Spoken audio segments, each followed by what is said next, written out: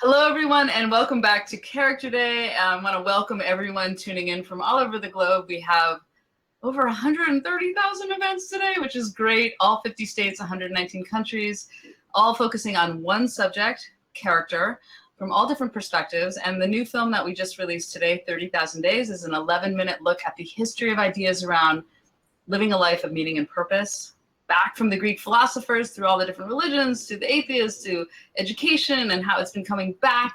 And it's been really exciting to just see all the videos and photos from all the events. And our next speaker, I'm so excited to have here, Angela Duckworth, who is just been, I'm going to say pioneer.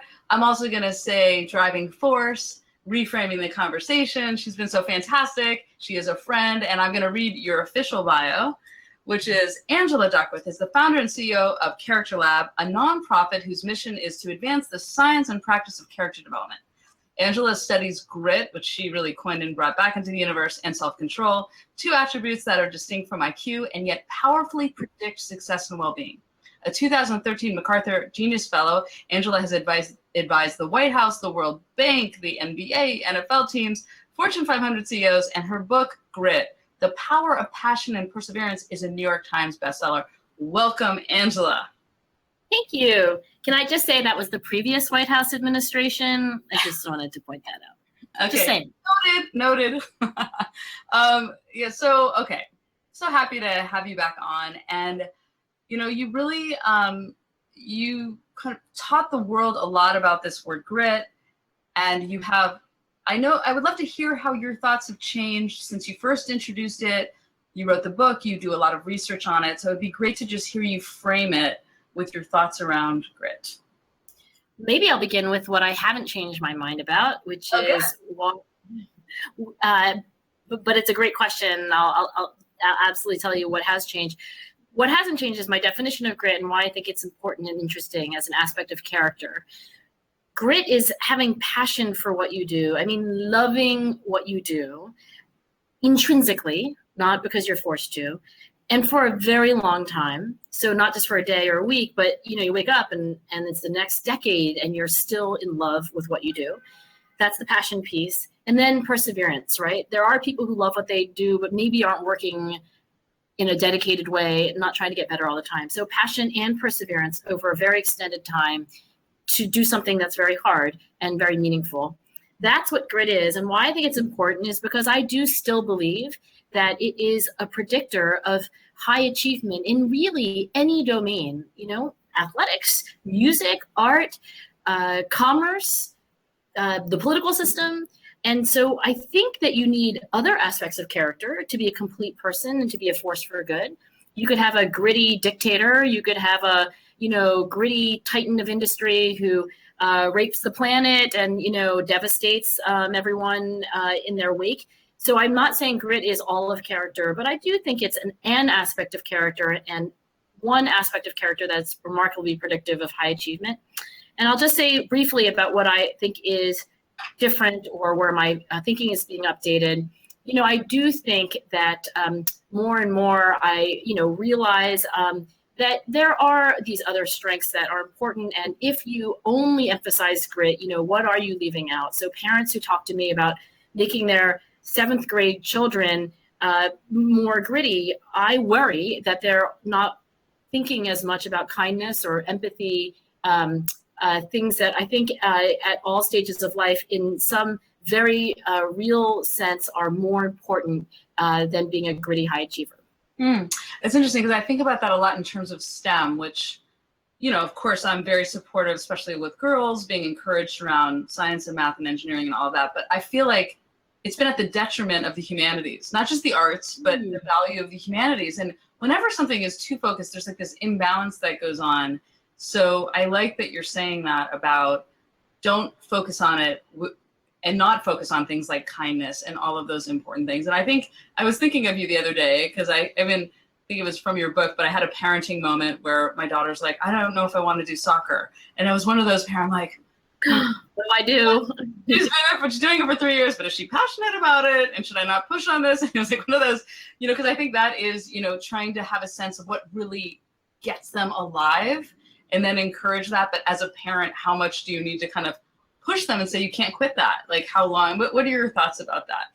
I had a conversation with a parent who's also a good friend, and her daughter wanted to quit swimming, and I think it was very similar. She had been doing it for a few years. I mean, she's not that old, but still was a few years, and so the parent really wanted to push. I have another friend, it was piano, so these things happen. And I will say this: I think that if you can answer two questions, like one is, does your child want to quit on a good day? Right? Not after a terrible match, not after like, oh, they couldn't go on their play date because they had to go, but just a good day. Okay. And they still want to quit. I would really listen hard to a child who wants to quit something on a good day. And the second thing is, are they quitting at a natural terminus? In other words, they're not quitting in the middle of the season and leaving their team high and dry.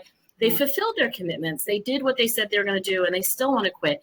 Under those circumstances, I think you should let your child quit and then take up with your encouragement and maybe by your parental decree that they don't get to just like sit on the couch all day now and like eat Cheetos. They have to actually go and do something else that's also hard, that requires dedication, but crucially that they want to do. And that was my advice to those parents. I said that, I disagreed with them, frankly, because when they start to tell me about like their kid's motivation, I can hear that the kid is straining against what the parent thinks is the best thing. And I don't think that's where grit comes from. I love that. Thank you.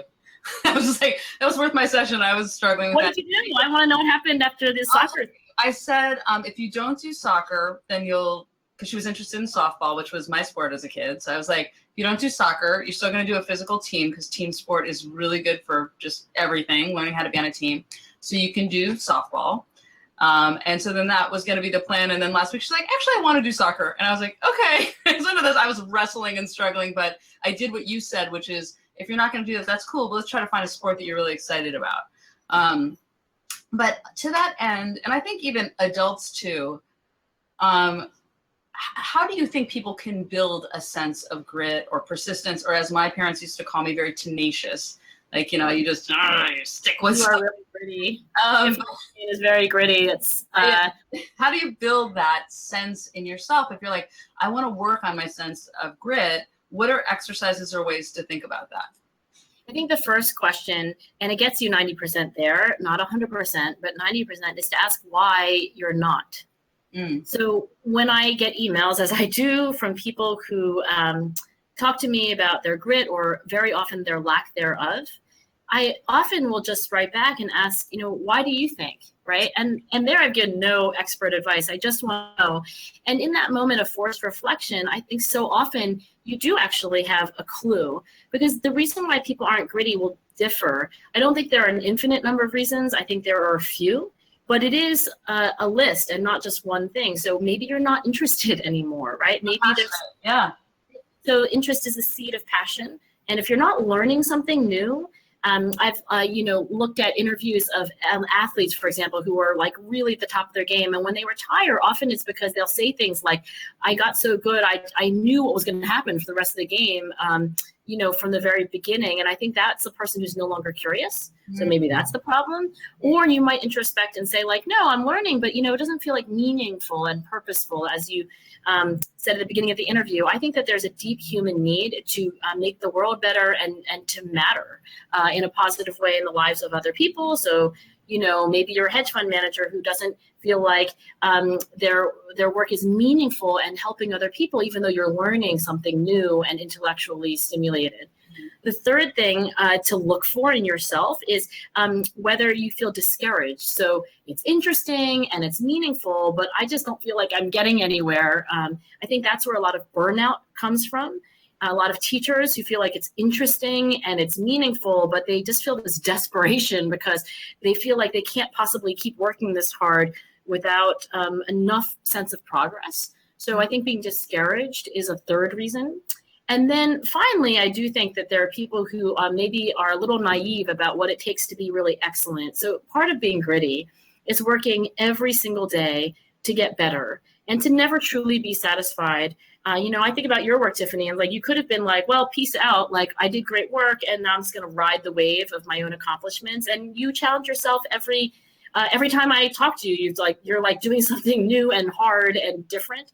So I think that fourth thing that you might introspect and say, you know what, I got to grow up a little and realize that if I really am going to be gritty, then I'm going to have to accept a life of always working, always looking for feedback, always seeing what I can do differently and better. So those are four things that only you can know from your own reflection. Angela Duckworth isn't going to know for you. That gets you 90% there. And then, of course, there are things that you have to do differently after that realization. No, that's great. I love the way anything broken down makes me happier, especially on these subjects. And helpful. It's always helpful. Well, one thing, and thank you for those kind words. I love your work. So I think, I think we probably both view the world a lot like it's a work in progress, and even the Global Day, which is an experiment. Every year we kind of try a new element, and we're pushing and trying and seeing what technology we can push and what may work and what may not work. But it's exciting to us, the scale of it, and how we actually can strengthen this day every year by kind of working harder at it. So it speaks to that. But I know you're doing some really exciting research, trying to kind of do specific research around this in schools. So what are you most excited about that you're working on right now? I am most excited about my work with Character Lab. It's a nonprofit that I co-founded with two educators named Dave Levin and Dominic Randolph. We're in our fifth year. Yeah, they're great. They're so great. They're so super great. And, I don't think you have more eloquent components of character and its importance for bringing young people to happiness and also to achieve their potential. So what is Character Lab? It's a nonprofit, and we believe that character is important, and we believe that we can apply the scientific method and also design thinking and creativity to this age-old question of, how do we cultivate character in young people? And very specifically, I will say that this school year, we have thousands of kids around the country who will be part of different activities designed by different educators and scientists, all designed to improve their grit and their achievement. And we don't know which of these activities are going to be most beneficial, but we do know that we've recruited the best scientists in the world who work on human behavior and outstanding world-class teachers. And that's our idea, that nobody's ever done that before. Nobody said, hey, we're going to figure out a way for the greatest thinkers in the world on behavioral science to actually get together with wonderful teachers and do something potentially new and revolutionary to help kids. Oh, I love that. And I'm so excited. We finished the film literally last night before Character Day, like minutes before. And I know you couldn't see the link because I think it was uploading, because that's how quickly we finished it. I think I was too fast. You sent out the email and I'm like looking for it. I put in the password. Well, we just finished like everything. We're like, oh, but I'm so excited for you to see it, because we have this poster in it that has the character strengths on one side and then issues on the other side to kind of help you find your purpose. And I just can't wait for you to see that angled two posters, because it's such a great way to think about how to find purpose and meaning, which of course will make you passionate and lead to success and, the grit to achieve success. So after now that the link is live, I can't wait right now. I'll watch it afterwards. Yeah. Well, no, but I will. I love the idea of making the mysterious still beautiful. Character is a kind of, I think there was a time, and maybe still now, people who thought well, you can't study character and you can't study purpose and meaning. They're mysterious, and, people have them or they don't. I think that almost everything can be understood and reverse engineered and kind of deconstructed. You were like, oh, great, a list of 4 things. That's really my meta theory of everything. And I'm not saying it's easy, and I'm not saying that we can change anyone into anything, but why not? Why can't we decode mystery and still leave it beautiful, but now accessible also? Oh, that's a beautiful way to end, because I think that's the way I look at it too, when I can take these almost ineffable subjects and break them down and look at them and kind of reconstruct them in different combinations. It makes it more accessible and achievable almost, because I can think about it. It's like giving words to something and giving order to it. It's very good for me. It's interesting what you say about the mystery, because to me it's the building blocks to kind of get closer to where you want to go. So I could see people saying the mystery, but it's all an ongoing mystery. We're just giving it organizational tools to kind of break it down. Well, this is my view. I think you are demystifying it, but leaving the beauty intact. Like when we grow up and we don't know why the leaves change in the fall and they become so beautiful. Well, then you learn it's, the chlorophyll and the leaf dies. And so you're revealing all the colors that were there. And is the leaf in the fall bright red and yellow? Is it any less beautiful? No, when I look at the leaves changing, I think they're even more beautiful because I know why they're changing. And I think the same can be said of character development. A beautiful close. Thank you, Angela. I always love talking to you. I love your work. It's great to be on this journey with you. And thank you for everything you do.